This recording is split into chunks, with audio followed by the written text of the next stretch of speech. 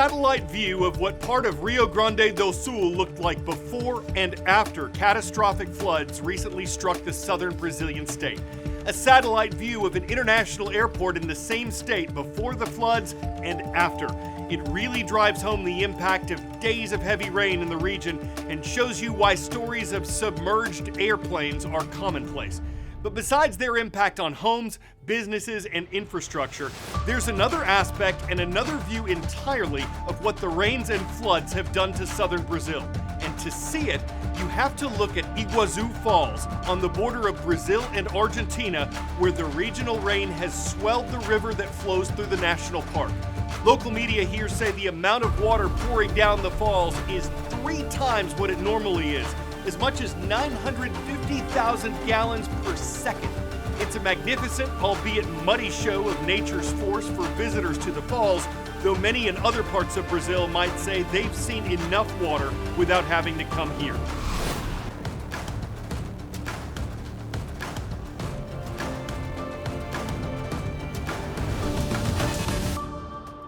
Exploring the world from A to Z, I'm Carl Azuz. So happy to have you with us today. You're the reason why we do this, so thank you for watching. Right now, the U.S. State Department has a Level 4 travel advisory telling Americans not to go to Russia. Level 4 is the government's highest warning, and adding to U.S. officials' concerns is the fact that 2 more Americans have now been detained in the Asian country. One of them is a U.S. Army Staff Sergeant named Gordon Black. He'd been stationed in South Korea when he was ordered to move to a fort in Texas, but while he was on leave and without getting the Army's permission, Staff Sergeant Black traveled to China and then Vladivostok, Russia, where he was reportedly visiting a girlfriend and accused of stealing from her. He was arrested last week, and a Russian court says he'll be held for 2 months. Then, in a separate case, there's William Russell Nycum, an American English tutor who's said to be serving 10 days in a Russian jail for what Russian officials say is petty hooliganism. Nycum was accused of getting drunk and breaking into a library. These arrests come at a time of soaring tensions between the U.S. and Russia, which has also been holding Wall Street Journal reporter Evan Gershkovich for more than a year on charges of spying. Gershkovich has denied doing that. And retired U.S. Marine Paul Whelan has been in a Russian prison for more than 5 years, also accused of spying, a crime Whelan says never happened. Experts say Russia might be holding these U.S. citizens to pressure America to release Russian prisoners held in the U.S. Word and out. In what country was the first driver's license issued? United Kingdom, France, United States, Germany.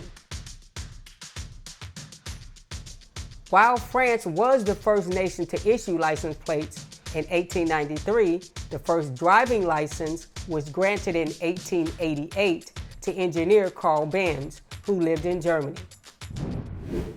Some big changes are coming to what documents travelers need to board a domestic flight and or cross the border. As of May 7, 2025, a traditional driver's license will no longer be accepted by TSA or U.S. Border Patrol. Instead, anyone 18 and older will need to present either a passport or a document known as a Real ID or an enhanced license. You'll also need one of these to enter a federal building. So what is a Real ID? Following the 9/11 attacks, the federal government set new security standards to obtain a state-issued driver's license and ID card, and some states began issuing them more than a decade ago. The standards will soon be enforced for people in all 50 U.S. states, territories, and D.C. The Real IDs in most states have a star in the top right corner. Some states, like California, may have a slight variation to the design, but the star will still be there. So, what do you need to obtain a Real ID? Some states may require proof of Social Security, either your original Social Security card or a tax document or pay stub showing your full Social Security number. Some states may require 2 proofs of residency, like a utility bill or bank statement, proof of status, such as a U.S. passport, U.S. birth certificate, or permanent resident card, and proof of citizenship if you're not a U.S. citizen. Remember, some DMVs require you to make an appointment in advance, so plan ahead. I'm Jen Sullivan.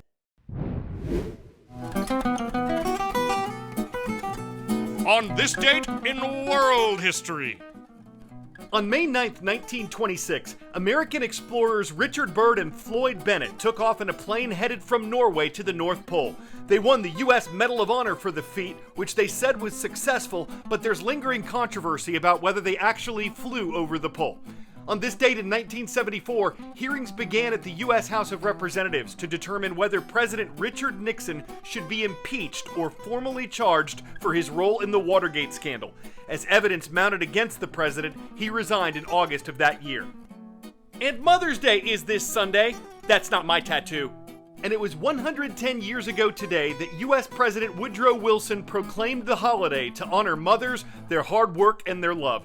Most states had celebrated Mother's Day before then. It's believed the first was West Virginia, following efforts by American activist Anna Jarvis.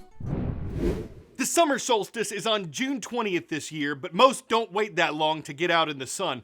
With excessive exposure to it, excessive just depending on the person and their skin, comes the risk of developing skin cancer.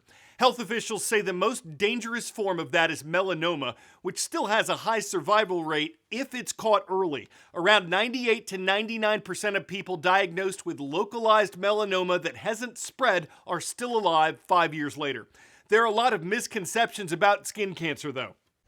It's a potentially deadly disease, but experts say skin cancer misconceptions aren't rare, and neither is the cancer itself. An estimated 5 million Americans are diagnosed with a form of cancer every year, according to the American Cancer Society. Most of those skin cancers are not melanoma, but there are about 100,000, a little more than 100,000 new cases of melanoma that'll be diagnosed in just 2024 alone. Dr. Shanthi Savendran with the American Cancer Society says melanoma is the deadliest form of the disease and awareness is critical. She says one big myth is that the sun is the only cause of this disease. While the majority of harmful ultraviolet rays come from the sun, a person can also be exposed in other ways, including by tanning beds and sun lamps. And that leads to another misconception: getting a base tan doesn't prevent future sunburns. So there's really no sort of safe way to tan. There's no safe UV rays. Savendran says many people also believe skin cancer can't develop on darker skin, but she says anyone can get the disease regardless of their skin type or color.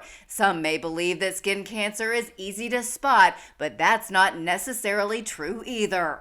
Skin cancer can show up on the skin in a variety of different ways, different colors, different shapes, different sizes. And that can be also relative to the type of skin or the coloring of your skin. That's why Savendran says it's important to have a good sense of what your skin looks like, inspect it often, and talk to your doctor if you see any changes. I'm Mandy Gaither. Traveling coast to coast today to recognize a few folks watching. Starting in the Garden State of New Jersey, we've got Mr. Lesinski's class with us from Northern Burlington Middle School. So good to see y'all in Columbus.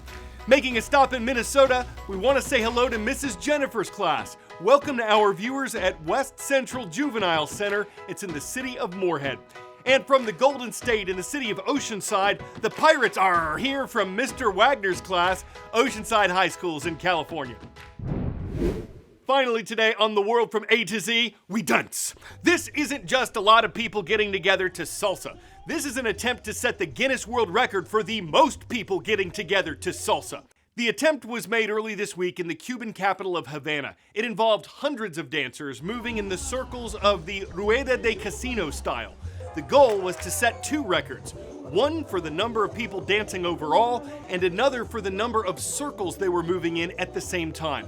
Said one of the participants, "The casino style of salsa is life for me and for all Cubans." I never saw so many people doing that so saucily before, and I can see no reason why they shouldn't pachango home with the new record. It's true that Papa loves mambo, it takes two to tango, and samba dancers always step up to making the baila most of music. But if you've got the rumba, close up the conga line and dance on the salsa casino. It's plain to see how it brings dancers full circle. I'm Carl Azuz, waltzing away for the day, but I hope I can have this dance tomorrow on The World from A to Z. You mean the world to me.